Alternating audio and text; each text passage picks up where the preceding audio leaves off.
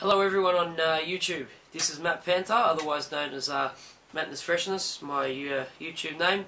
I'm here to do a review of the bass I got yesterday. It's a Yamaha BB415. This is the passive version of the BB series, and this is actually the second last one in production in Australia, so I'm very lucky to have picked up one.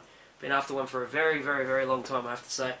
The reason I got the passive version is basically because I have tried the active ones, and to be honest, I didn't really like the preamp in there, and I do have, 6 basses and 4 of them are passive. So, 4 of them are active, so I did want to have a couple of passive ones, to obviously keep things simple. And there's less to go wrong with passive, obviously, and you do get a, nice darker tone as well. So, yeah, basically, I'll tell you a little bit about the bass first. Also, I want to say thanks to everyone on YouTube for watching my videos. Right from the start, from the Seinfeld theme to the Faith No More cover and whatnot. So I really do appreciate everyone's comments, and I'm sorry I don't reply to all of them. And I know a lot of people ask me about what gear I use and stuff, and I'll try and do as many review videos on my basses and especially my rig as I can.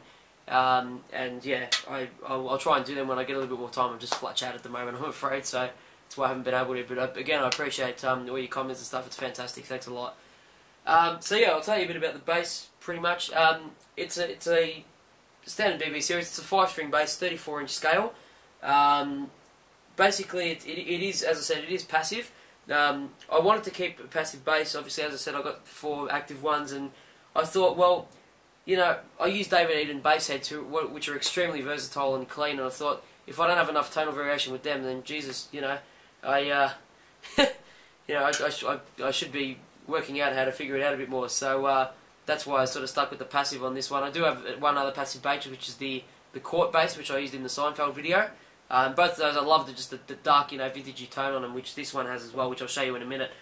So it's an alder body. This is the black metallic finish, by the way. So you probably won't be able to see the metallic much on there, but it is black metallic. I was trying to get the old violin sunburst colour, but they did actually run out of stock just before I went to place the order with one, so I ended up getting the black metallic one, and I'm actually really happy with it. The colour's actually pretty cool. It doesn't do justice on the photos. It really does look pretty cool, and it'll look cool on stage. People go, oh, I like the colour and stuff. So, so I'm actually really happy with it. So yeah, it's an alder body. Yamaha use alder in a lot of their basses. It is a fairly cheap wood, and at the same time, it's got good tonal characteristics. It is nice and warm. And also, it is very light as well, which is good if you got back problems, and my back can hurt with some heavy basses like the Schecter Ride that I've got. It weighs a ton, that thing, but it is obviously a good bass. And yeah, it's a bolt-on neck. It's a 4-bolt neck, as you can see. I do like the sound of bolt-ons. I think they give a better slap tone than what neck-throughs do. Neck-throughs have got great sustain, don't get me wrong, but I do like the slap tone better on bolt-ons. I just find it to be a little bit punchier and a bit tighter, which I like, which is what you really want for slap, especially with these kind of pickups. It is, it's a rosewood fretboard, and it is a maple neck. So it's pretty basic woods, to be honest. There's really nothing special about this bass or fancy as far as features go. I'll move on to the electronics, which I think is probably the most important part. It's a PJ configuration. Now, PJ. Which is precision and jazz for those of you who don't know. Precision being that one, and jazz being in the bridge. Precision jazz configuration is probably my most loved thing about bass as far as pickup configurations go. Duff McKagan from Guns N' Roses. I mean, his tone on Appetite for Destruction, he uses those Fender Jazz Specials with the PJ configuration, and his tone's to die for as far as the clunky, lovely sound of it. It's fantastic. So that's really, and also Tony Kanal from No Doubt. He actually uses Yamaha BB basses almost exclusively, and he's been using them since the early '90s. And if you listen to some songs on No Doubt's Tragic Kingdom record, which is one of my all-time favourite records, you'll see that obviously his tone, it's a really beefy tone, especially on Spiderwebs. It's got a great tone on that sound, and you can get pretty much really close to it with this bass too. And also at the same time, it's got that nice. It's got a nice bit of attack as well when you run some nice overdrive with them. So it's a very cool bass, this one, I have to say. Yeah. So basically, I'll give you a bit of a sound sample with it. really, so far the only thing I've had this thing for half a day, and so far the only thing I've found wrong with it is that I'm not playing my other basses enough. As soon as I got this one, so I'm really loving it. I have to say, it is a fantastic bass. So I'll give you a bit of a sound sample. I've actually got this recording directly into my sound card through my David Eden WT405 head, which is basically just running clean, flat, no compression, no enhance, nothing, just flat EQ. So I'll give you a bit of a sound sample. This is both pickups turned on, and volume full and tone full, and yeah, both pickups on. So I'll give you a bit of a sound sample.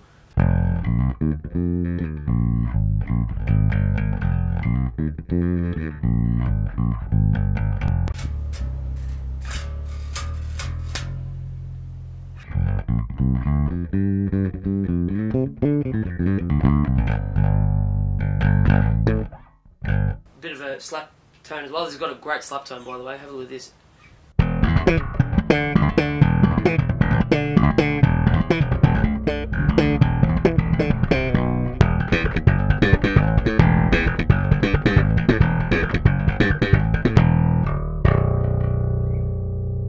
So it does have a very nice slap tone. It's a pretty easy neck to play, despite it being a 5-string with fairly tight string spacing.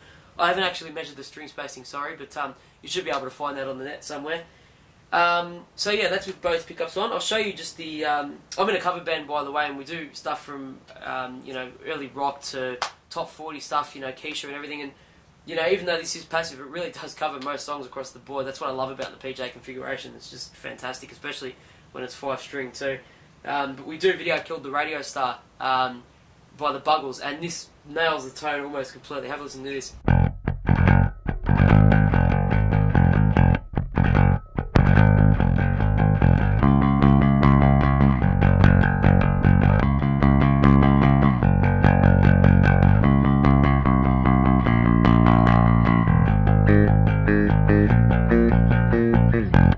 So it's got that real, it's almost like a Thunderbird, Gibson Thunderbird or an Epiphone Thunderbird sound, which I also love. One of my favourite tones around, especially when you use it with a pick.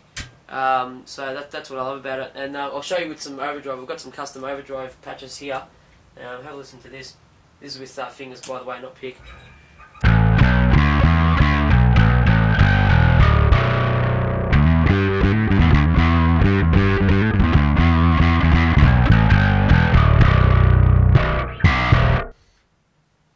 So yeah, pretty nice with overdrive too, actually. It's more of a distortion fuzz overdrive blend, but it is a pretty nice sound, I have to say.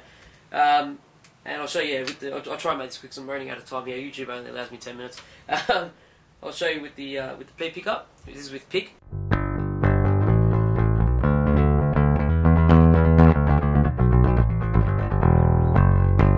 And with fingers.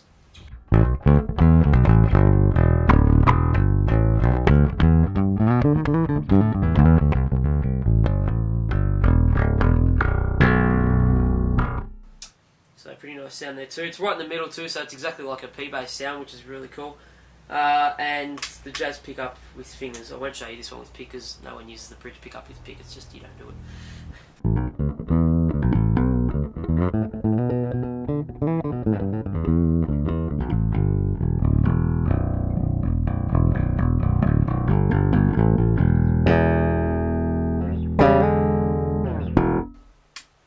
So yeah, that's pretty much about it. These basses retail in Australia for around, oh, they're discontinued now, but they're bringing out the 425, which is the passive version, and I think they're going to be around $700, which is an absolute bargain for a bass that's built this well and sounds so great and plays so great. Yamaha have always been great for that, and that's why I keep going back to them. The value for money is just unbeatable. It really is, compared to some other basses that I've seen. So yeah, and these are made in, actually shit, I don't know where these are made. Hang on a sec. Made in Indonesia, there you go. So it's an Asian made bass, nothing wrong with that.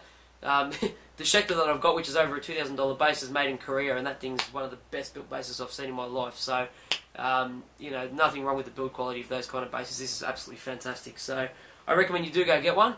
In America, I'm sorry for my fans in USA, I don't know how much they retail for there, but I'm sure you'll be able to find it on the net. So I'll try and do as many reviews as I can of music gear, and I better stop because I'm running out of time here.